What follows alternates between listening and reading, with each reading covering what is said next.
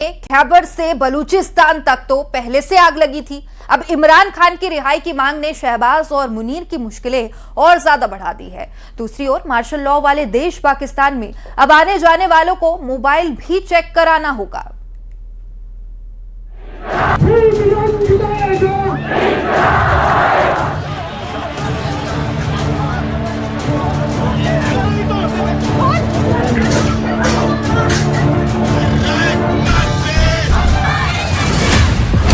मुनीर पर गद्दार अलर्ट, बाजवा की सीक्रेट सलाह लीक।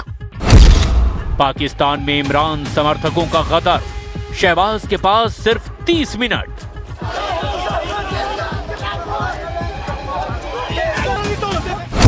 लाहौर से पेशावर तक पीटीआई का हल्ला बोल, इमरान की रिहाई की तारीख 27 सितंबर तय। 27 सितंबर याद रखना इंशाअल्लाह ताला। अभी प्रोपेगंडे शुरू होंगे। कुछ लोग कहेंगे कि सूबे के हालात खराब हैं। मुझे यह बताएं, इमरान खान साहब चाहिए? इमरान खान साहब चाहिए? इमरान खान साहब चाहिए? तो इमरान खान साहब आएगा, यहां पर अमन होगा। इमरान खान साहब आएगा, यहां की मईशत बेहतर होगी। इमरान खान साहब आएगा, वो पाकिस्तान को तरक्की और खुशहाली देगा इंशाअल्लाह ताला। मेरे नौजवानों, जितने भी यहां इसके बाद प्रोपेगंडे हुए, जो भी करे, अंदरूनी हो बैरूनी हो, आपने एक बात करनी है कि 20 सितंबर तक पाकिस्तान आ जाओ, क्योंकि 27 सितंबर को कुछ होने वाला है। वमा अलैना इल्लल बला।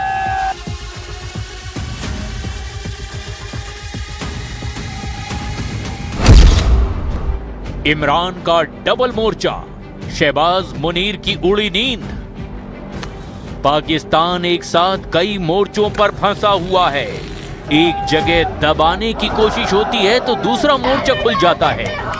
फील्ड मार्शल आसिम मुनीर और पाकिस्तानी प्रधानमंत्री शहबाज शरीफ को जिस नए मोर्चे ने बेचैन कर रखा है, वो खोला है पाकिस्तान के पूर्व प्रधानमंत्री इमरान खान की पार्टी पीटीआई ने।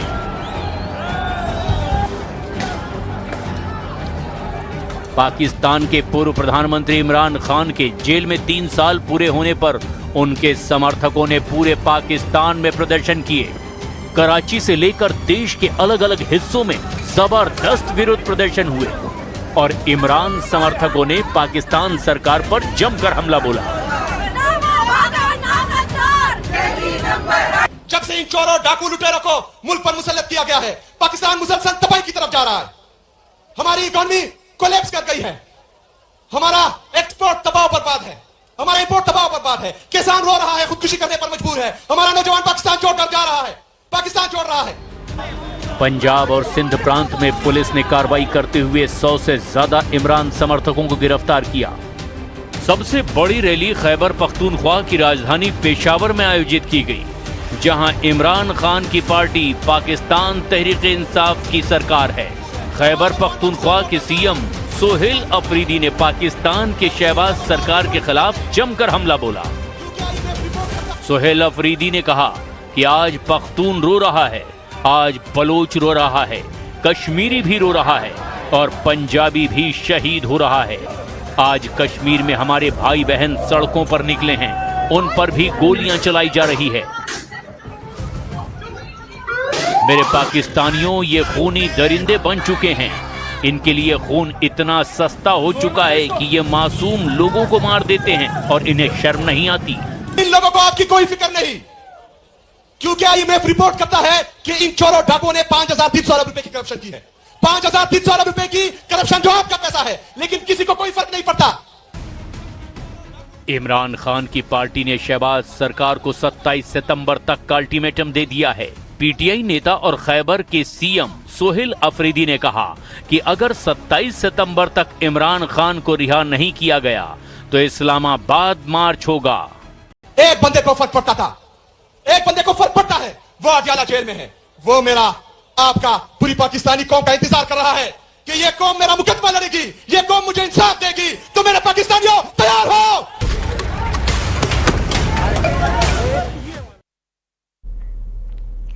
तो वहीं वहीं पाकिस्तान में बवाल अब सिर्फ इमरान बनाम शहबाज तक सीमित नहीं है। एक तरफ पूर्व आर्मी चीफ बाजवा को लेकर बड़ा दावा आया है, तो दूसरी तरफ पीओके से बलूचिस्तान तक विद्रोह की आग भड़क रही है। सवाल यह है कि क्या आसिम मुनीर की अगुवाई में पाकिस्तान बिखराव की ओर बढ़ रहा है? देखिए।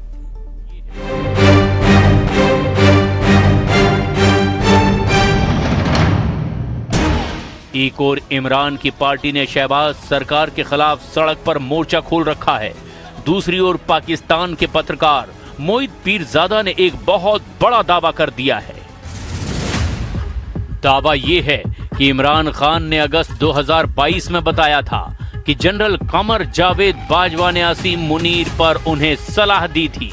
सलाह ये थी कि इमरान खान आसिम मुनीर को आर्मी चीफ ना बनने दें। बाजवा ने कहा था कि आसिम मुनीर मानसिक रूप से अस्थिर है और आसिम मुनीर पाकिस्तान को नुकसान पहुंचा सकता है। एक बहुत ही सिंपल चीज़ मैं बता देता हूं कि अगस्त में, मेरा ख्याल है 2022 में बनी गाला में एक मीटिंग हुई थी जिसमें मैं भी था, मोहम्मद मालिक भी थे, उसमें काशिफ भी थे, उसमें मेहर भी थी, उसमें हबीब अकरम भी थे, उसमें और भी बहुत से लोग थे, 10 थे पूरे के पूरे। तो वहाँ पर मोहम्मद मालिक साहब ने एक डिस्कशन इनिशिएट की थी बुशरा बीबी के हवाले से और आसिम मुनीर साहब के हवाले से।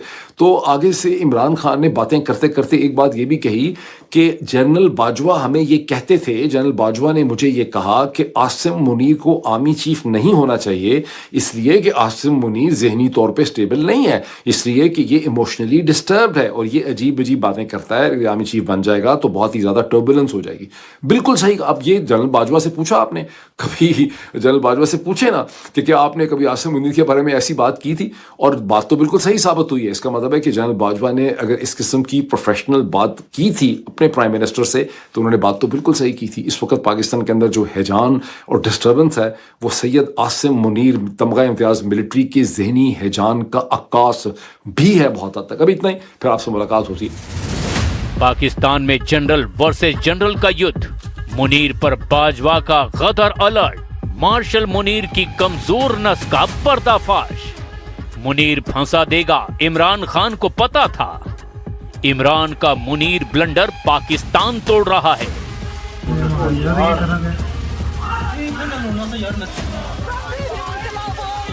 और आज हालात एकदम वैसे ही हैं जैसा बाजवा ने दावा किया था। कुल 4 सूबों का पाकिस्तान सुलग रहा है। बलूचिस्तान से सिंध तक, लाहौर से गिलगिट बाल्टिस्तान तक विद्रोह उबल रहा है।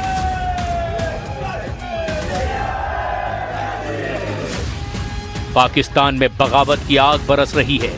विद्रोह की आग में धधक रहा है आतंकिस्तान।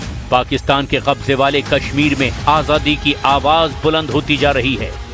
JAAC यानी कि ज्वाइंट आवामी एक्शन कमेटी की ललकार से मुनीर और शहबाज दोनों की नींद उड़ी हुई है। कश्मीरियों की आवाज को सेना के बूट के नीचे दबाया जाता है तो बलूचिस्तान में धमाके हो जाते हैं। खैबर में तहरीके तालिबान के लड़ाके पाकिस्तानी फौज को पीट रहे हैं तो बलूचिस्तान में बलोच विद्रोहियों ने मुनीर आर्मी की नाक में दम कर रखा है। खैबर में विद्रोह को दबाने की कोशिश होती है तो अफगान बॉर्डर पर पाकिस्तानी फौज धमाकों से दहल जाती है।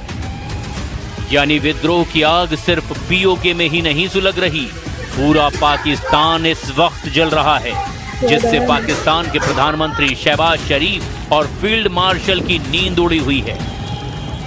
हालांकि ये भी सच है कि पिछले 2 महीने से भी ज्यादा वक्त से POK में गदर मचा हुआ है। 5 अगस्त यही वो तारीख है जिस दिन जम्मू कश्मीर से 7 साल पहले धारा 370 को हटाया गया था। 5 अगस्त को पाकिस्तान ने एक बार फिर कश्मीर का रोना रोया है। POK में पाकिस्तान सरकार ने प्रोपेगेंडा फैलाने की कोशिश की है। प्रोपेगेंडा तो फेल हुआ ही। पाकिस्तान के कब्जे वाले कश्मीर में पाकिस्तानी सरकार के खिलाफ ही जगह जगह जमकर प्रदर्शन हुए।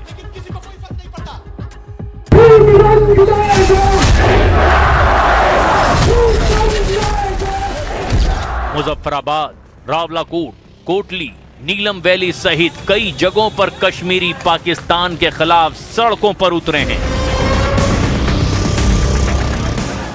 बताया जाता है कि नीलम वैली में तो प्रदर्शनकारियों पर सुरक्षा बलों ने अंधाधुंध फायरिंग कर दी। मुनीर के रेंजर्स की फायरिंग में 2 लोगों की मौत हो गई जबकि 5 लोग इसमें घायल भी हुए।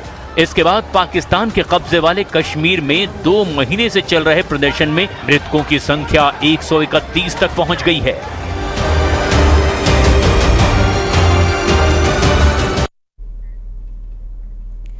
इधर मिडिल ईस्ट में महायुद्ध की आहट और तेज हो गई है। ईरान के गल्फ देशों को सीधी धमकी दी गई है कि अगर अमेरिका या इजराइल ने उस पर हमला किया तो पूरा अरब क्षेत्र आग की लपटों से धधक उठेगा। अब तेहरान ने अपने परमाणु कार्यक्रम को रेड लाइन बताते हुए खाड़ी के पावर सेंटर्स को निशाना बनाने का अल्टीमेटम दिया है। तो वहीं दूसरी तरफ अमेरिकी राष्ट्रपति डोनाल्ड ट्रंप ने साफ दावा किया कि हमारे पास हथियारों की कोई कमी नहीं है और अमेरिका हर चुनौती का मुंहतोड़ जवाब भी देने के लिए पूरी तरीके से तैयार है। देखिए रिपोर्ट।